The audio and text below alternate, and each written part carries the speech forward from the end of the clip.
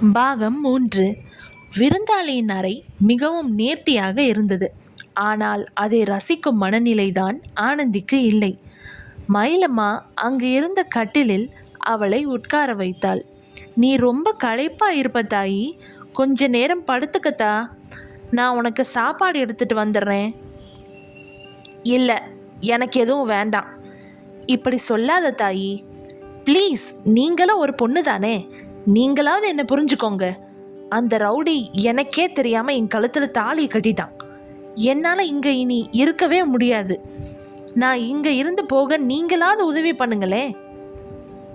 நீ நினைக்கிற மாதிரி இல்லைம்மா அந்த அரவிந்த் தம்பி என அவள் தலையை வருட அதை தட்டிவிட்டாள். அந்த ரவுடிக்கு தான் நீங்களும் சப்போர்ட்னா தயவு செஞ்சு இங்கே இருந்து போயிடுங்க. அப்புறம் அவன் மேலே இருக்கிற கோவத்தை உங்கள் மேலே தேவையில்லாமல் காட்ட வேண்டியதாக இருக்கும். அப்படி இல்லை தாயி, தயவு செஞ்சு என்னை தனியாக விட்டுறீங்களா என அவள் கைகூப்ப மயிலம்மா அங்கிருந்து நகர்ந்தாள்.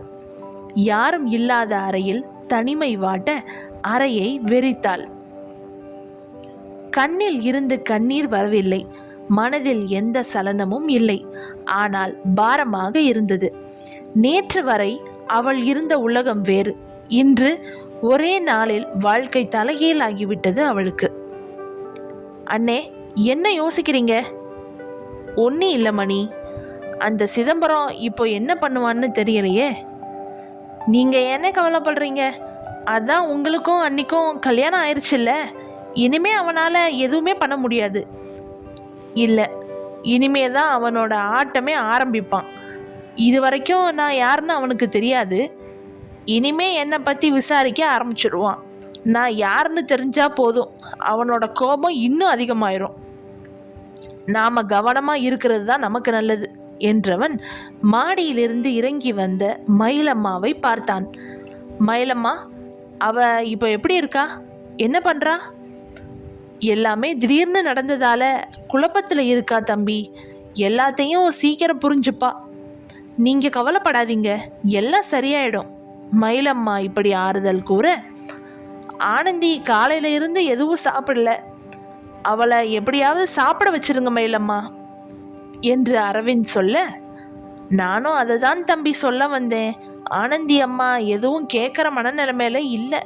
நான் பேச போனாலும் என்னை தடுத்துடுறாங்க. 3-4 தடவை சாப்பாட்டையும் கொண்டு போய் கெஞ்சி பார்த்துட்டேன். ஆனால் சாப்பிட்ற மாதிரி இல்லை தம்பி. ஒரே நிமிடம் யோசித்தவன், இப்போ போய் நீங்கள் கொடுங்க, நான் வர்றேன் என்று கூறினான். அன்பான அம்மா, ஆதரவான தந்தை, அக்கறையாய் அண்ணன் என பூங்காவனமாக இருந்த அவளது வாழ்க்கை புயலாக வந்த அரவிந்தை நினைத்து மனதில் வருத்தப்பட்டு கொண்டு இருந்தாள். தாயி, ராவாயிருச்சுதா, இன்னும் எவ்வளவு நேரம் சாப்பிடாம இருப்ப? கொஞ்சமாவது கோபத்தை விட்டுட்டு சாப்பிடுதா வருவாயி இங்க என ஆரம்பித்தவள் அறையின் வாயில் அருகே யாரோ வருவது போல் இருக்க அந்த நிழல் அருகே வருவதை பார்த்து கொண்டே தொடர்ந்தாள். இங்க பாருங்க, நீங்க எத்தனை தடவை சொன்னாலும் இதுதான் என் பதில். எனக்கு வேணான்னா வேணாம் என கூற வாசலிற்கு வந்தவன் அறையினுள் நுழைந்தான். என்ன மயிலம்மா, நீங்க இன்னைக்கு தான் கல்யாணம் ஆயிருக்கு, அதுக்குள்ளே தனியாக சாப்பிட சொன்னால் எப்படி அவள் சாப்பிடுவா? புருஷன் கூட சேர்ந்து சாப்பிடணும்னு அவன் நினைக்கலாம்ல. இல்லை, புருஷங்கிற உரிமையில் நான் தான் அவளுக்கு ஊட்டி விடணும்னு கூட ஆசைப்படலாம் என புருஷங்கிற உரிமை என புருவம் உயர்த்தி அழுத்தி கூறவும் அவள் கண்கள் இரண்டும் அகல விரிந்தன. அதை ரசிக்காமல் அவனால் இருக்கவே முடியவில்லை. ஆனந்தி, என்கிட்ட என்ன வெக்கம் உனக்கு? ஊட்டி விடுங்கன்னு சொன்னால் ஊட்டி விட்டுற போகிறேன் என அருகில் வர, இல்லை நானே சாப்பிட்டுக்குவேன் என மயிலம்மாவின் கைகளில் இருந்த தட்டை வாங்கினாள். இல்லை வாங்கலை, பிடுங்கினாள். தட்டை கையில் ஏந்தியவள் வேக வேகமாக சாப்பிடுவதை ரசித்தான். என்னடா பார்க்குற, உனக்கு பயந்து சாப்பிட்றேன்னு நினைக்கிறையா? போடா லூசு. நேற்று நைட்டு சாப்பிட்டது. அந்த பிரகாஷால் காலையில் டீ கூட குடிக்கலை. நான் தான் கோவத்தில் சாப்பாடு வேணாம்னு சொன்னேன், அப்படியே விட்டுருவியா? நானும் எவ்வளவு நேரம் சாப்பிடாம இருக்க முடியும்? நீயும் வந்து கெஞ்சுவன்னு பார்த்தா அதுக்கும் வரல. உனக்கு கல் நெஞ்சுன்னு எனக்கு தெரியும், ஆனால் என் வயிற்றுக்கு தெரியாதே. எப்படா இங்கே வந்து சாப்பிட சொல்லுவீங்கன்னு நானும் 1 மணி நேரமாக வாசலையே பார்த்துட்ருக்கேன். யாரும் வர மாதிரி இல்லை. இதுக்கு மேலே தாங்க முடியாதுன்னு நானே வரலாம்னு நினச்சப்பதான் மயிலம்மா கரெக்ட் டைமுக்கு வந்தாங்க.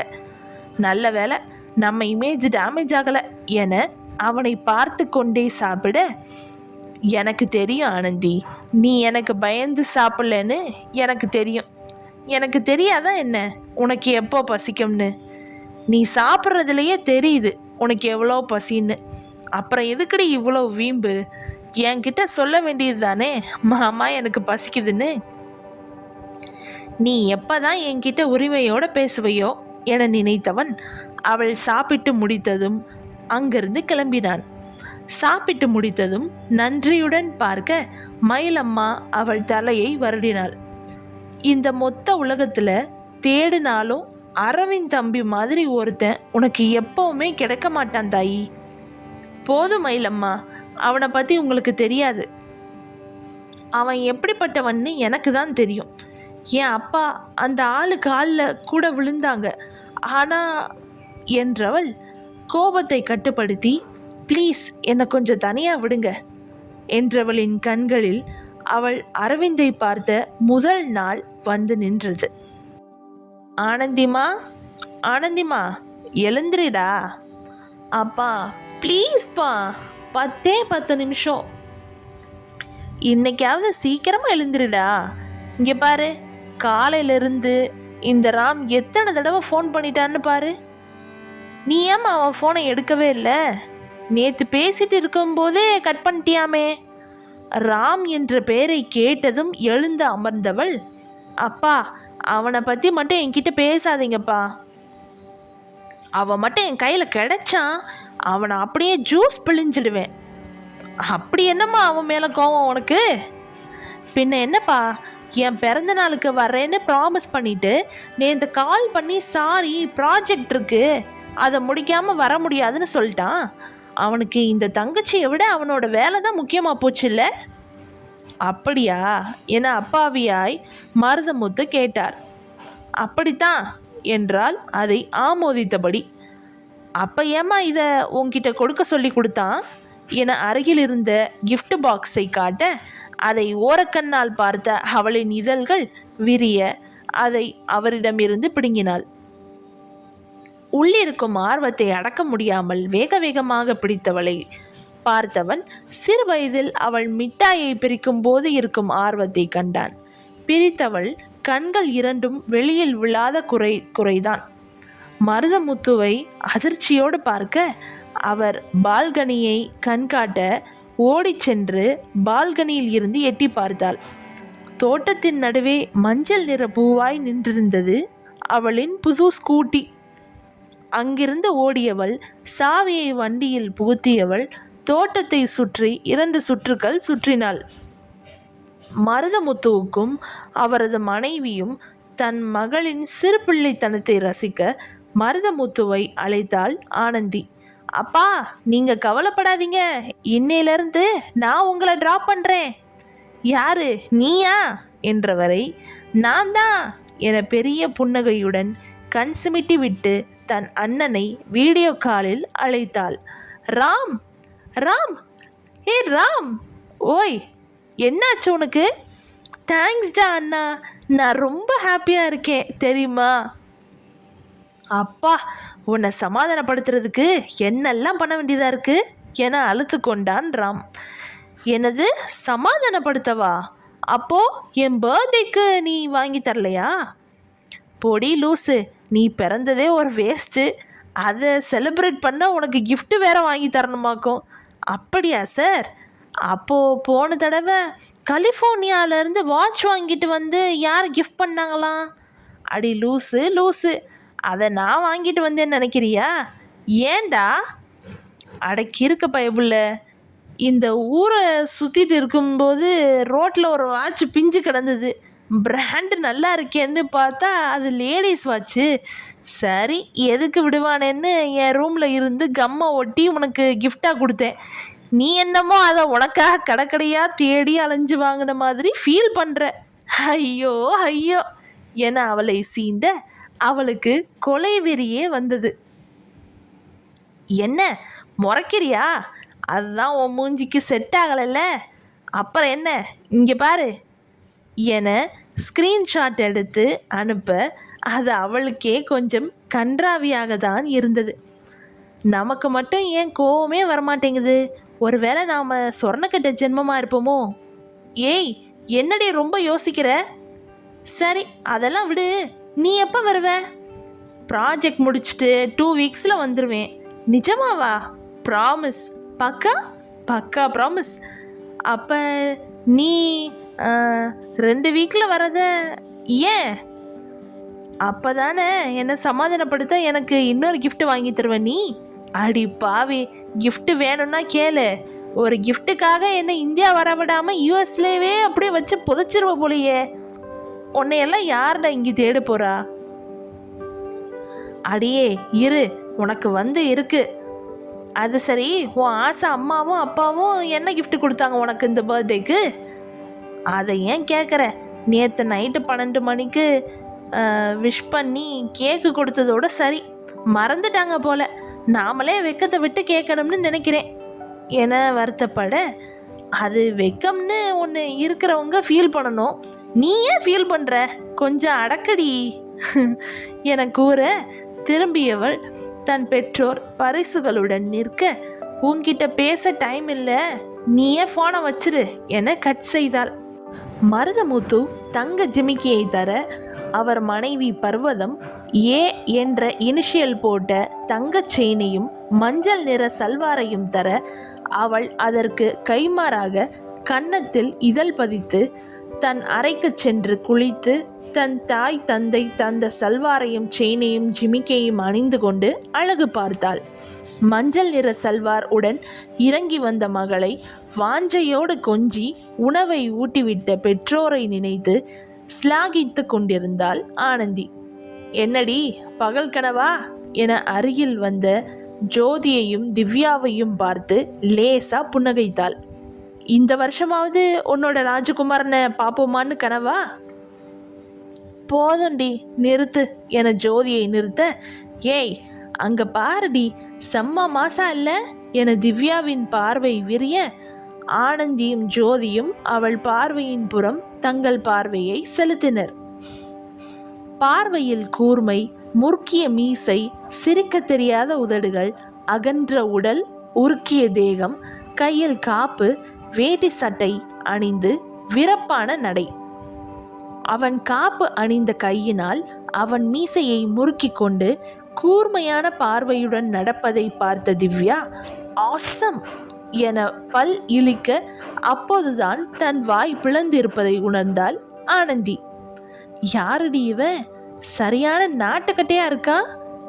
இன்னைக்கு நம்ம காலேஜில் ஃபேன்சி ட்ரெஸ் காம்படிஷன் ஏதாவது நடக்குதா என்ன?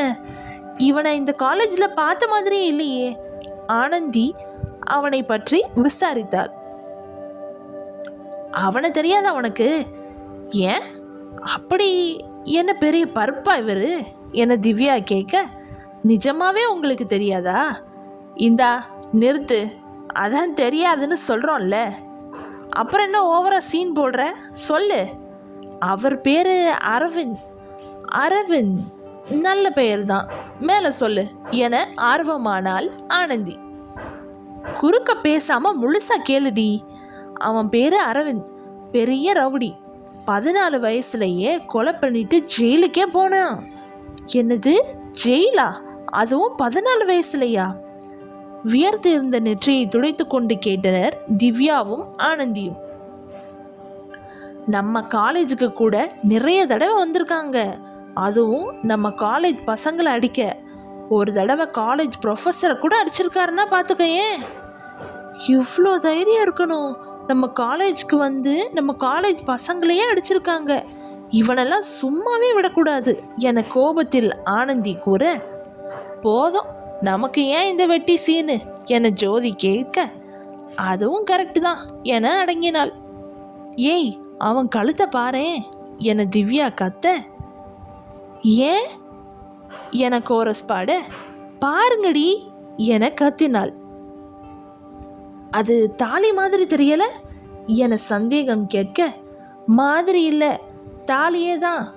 அது சரி, இவன் எதுக்கடி கழுத்தில் தாலி கட்டியிருக்கான் என ஜோதி கேட்க, இவனை எல்லாம் யார் கல்யாணம் பண்ணிப்பா? ஏதாவது ஒரு இளிச்சவாச்சி கிடைச்சா அவன் தாலி தேடுறதுக்குள்ளே காணாமல் போயிடுவான்னு, அவள் ஓடுறதுக்குள்ளே டக்குன்னு கட்டிடலாம்னு நினச்சி கழுத்தில் மாட்டியிருப்பான் என ஆனந்தி கேலியாக சொல்ல மூவரும் சிரித்து கொண்டனர். பாவம், அந்த இளிச்சவாச்சி இவ தான்னு தெரிஞ்சிருந்தா ஏதாவது டீசெண்டாக கொஞ்சம் கலாய்ச்சிருப்பா. ஆனந்தி மூச்சிறைக்க ஓடி வந்த தன் தோழியை பார்த்து மூவரும் முழிக்க, ஏண்டி பேயை பார்த்த மாதிரி ஓடி வர்ற என வாட்டர் பாட்டிலை நீட்ட அதை ஒரு கையால் ஒரு புறம் தள்ளிவிட்டு ஒரு என மூச்சு வாங்க, நீ முதல்ல ரிலாக்ஸ் ஆகு, உன்னை யார் இப்படி ஓடி வர சொன்னது? இல்லடி, லைப்ரரி வாசல்ல ஒரு ரவுடி உன் பேட்ச்மேட் பிரகாஷ் அடின்னு அடிக்கிறான் என கூற மூவரின் கண்களிலிருந்து அகல விரிந்து ஒருவர் பார்த்து திரும்பி பால்கனியிலிருந்து தேட அங்கு அரவிந்த் இல்லை. ஒருவேளை அந்த ரவுடி அரவிந்தா இருக்குமோ என திவ்யா சொல்ல மூவரும் லைப்ரரியை நோக்கி ஓடினார்கள். பிரகாஷ ஆனந்தியின் வகுப்பில் தாம் படித்து கொண்டிருந்தாலும் அவ்வளவா பேசி கொண்டதே இல்லை. 2 வாரத்திற்கு முன்பு ப்ராஜெக்ட் விடயமாக பேட்ச் பிரிக்கும் போது இருவரும் ஒரே பேட்சில் இணைந்தார்கள். அன்று முதல் இருவரும் நட்புடன் அதிக நேரம் பேசுவதும் கேன்டீனில் நேரத்தை செலவிடுவதுமாக இருந்தனர். ஆனந்தி, ஜோதி, திவ்யா லைப்ரரி வாயிலை அடைந்த போது பிரகாஷ் தரையில் விழுந்து கிடந்தான். சுற்றி அடியாட்கள் நிற்க அவர்களுக்கு நடுவில் இருந்த அரவிந்த் பிரகாஷின் வயிற்றில் மிதித்து கொண்டிருந்தான். சுற்றி அடியாட்கள் நின்று கொண்டிருந்ததால் பயந்து யாரும் அவனை காப்பாற்ற முயற்சிக்கவில்லை. பிரகாஷ் வாயிலிருந்து இரத்தம் வர அரவிந்தின் காலை எடுக்க முயற்சி செய்து கொண்டே வழியில் கத்தினான். தன் நண்பனை அந்த நிலைமையில் காண முடியாமல் அடியாட்களை தாண்டி உள்ளே நுழைந்தாள் ஆனந்தி. அடியாட்கள் 1 நிமிடம் தடுமாறினாலும் அவளை தடுக்கவில்லை. அரவிந்தின் சட்டையை கொத்தாக பிடித்து அவனை இழுக்க நிலை தடுமாறியவன் பிரகாஷ் வயிற்றில் இருந்த காலை நிலத்தில் ஊன்றினான். தன்னை இழுத்தவரின் மேல் வெறி கொண்டு கையை ஓங்கினான். அவன் கண்களால் அவள் கண்ணை பார்த்ததும் அவன் கைகள் காற்றிலே நின்றன. ஆனந்தியை பார்த்ததும் அரவிந்தின் கண்களில் இருந்த கோபம் குறைய ஆரம்பிக்க ஆனந்திக்கு அரவிந்தை பார்த்து கோபம் தலைக்கேறியது. காற்றில் அசைந்தாடும் முடிக்கற்றை, கோபத்திலே சுருக்கிய நெற்றி, புருவங்கள் முடிச்சிட, நடுவில் பொட்டு, தன்னையே எரித்துவிடும் அவள் கண்கள், கிள்ளி பார்க்க தூண்டும் கன்னம், அந்த கன்னத்தை உரசிக்கொண்டு காதிலாடும் ஜிமிக்கி, கோபத்தில் சிவந்த மூக்கு, ரோஜா இதழை விட மென்மையான உதடு, கழுத்தில் இருந்து கொண்டு அவள் நெஞ்சில் உராயும் செயின், இளமஞ்சள் சல்வார். அவள் கைகள் கொத்தாக அரவிந்தின் சட்டையை பிடித்திருக்க அவன் அந்த உலகத்திலேயே இல்லை. என்ன, இவன் இப்படி பார்க்குறான்? இவன் நிஜமாவே ரவுடி தானா? நாம் வேற தைரியமாக ஆர்வக்கோளாறில் சட்டையெல்லாம் பிடிச்சிட்டோம். அவன் கையை பார்க்க அது அந்தரத்தில் நின்று கொண்டிருந்தது. இவன் அடிக்க கை ஓங்கிட்டு அடிக்கவே இல்லை. ஒருவேளை நம்மளை பார்த்து பயந்துருப்பானோ? ச்சே ச்சே, பொம்பளைங்க மேலே கை வைக்கக்கூடாதுன்னு குறிக்கோள் ஏதாவது இருக்குமோ? ஏதோ எமோஷன் இந்த பிரகாஷ் பக்கியை காப்பாற்றுறதா நினச்சி நம்ம வேற உள்ளே நுழைஞ்சிட்டோம். சுற்றி இருக்கிற பக்கிங்க வேற ஜான்சி ராணியை பார்க்குற மாதிரி ஃபீல் பண்ணி பார்க்குறாங்க. காலேஜில் நம்ம மானம் போகுது. நாம் கொஞ்சம் இப்படியே மெயின்டைன் பண்ணுவோம் என அரவிந்தை பார்க்க அவன் எந்த ரியாக்ஷனும் இல்லாமல் இருக்க, நின்றுட்டே தூங்குற வியாதி இருக்குமோ என யோசித்து அவன் முகத்தின் முன் சொடக்கு போட, என்ன உங்களுக்கு பெரிய ரவுடி நினைப்பா? இப்படி காலேஜில் வந்து ஸ்டூடெண்ட் மேலேயே கை வைக்கிறீங்க? இன்னும் 2 நிமிஷத்தில் இங்கேருந்து போகலை, ஸ்டூடெண்ட் மேலே கை வச்சிங்கன்னு போலீஸில் கம்ப்ளைண்ட் பண்ண வேண்டியிருக்கும். என்னங்க என அடியாள் ஒருவன் குரல் கொடுக்க, மணி போகலாம் என்றவன் தன் சட்டையை பிடித்திருந்த அவள் கையை பிடித்திழுக்க, அப்போது நான் இன்னும் அவன் சட்டையில் இருந்து அவள் கையை எடுக்கவில்லை என தெரிந்ததும் அதை விடுவித்தவன் கீழ்பார்வையில் பிரகாஷை முறைத்துவிட்டு அங்கிருந்து நகர்ந்தான். நான் என்ன அவ்வளோ டெரராக இருக்கேன்? நம்ம சொன்னதும் பயந்து போயிட்டான். இவனையா பெரிய பருப்புன்னு இந்த ஜோதி வேற சீன் போட்டா என யோசித்தவள் பிரகாஷின் முனங்கல் சத்தம் கேட்டு அவனை பாவமாக பார்த்தாள். 5ஆம் பாகத்துக்கு நம்ம சேனலை லைக் பண்ணி, ஷேர் பண்ணி, சப்ஸ்கிரைப் பண்ணிக்கோங்க. மறக்காமல் பெல் பட்டனை கிளிக் பண்ணிக்கோங்க. நம்ம கதை பிடிச்சிருக்குதா அப்படின்ற உங்களோட ஒப்பீனியனையும் கமெண்ட் பண்ணுங்கள்.